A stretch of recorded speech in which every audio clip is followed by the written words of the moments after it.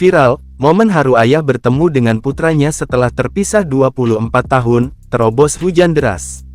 Tengah beredar sebuah video yang memperlihatkan momen haru antara ayah dan anak.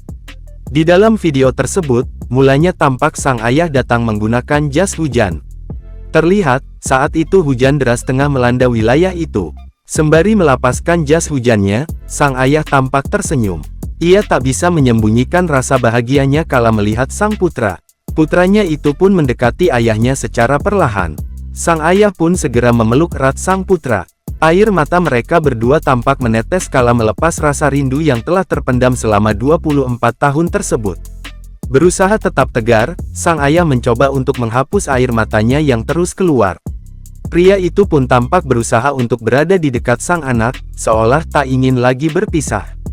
Diketahui, video tersebut viral usai diunggah dalam akun TikTok @babaybrown911 pada Kamis tanggal 18 Januari tahun 2024.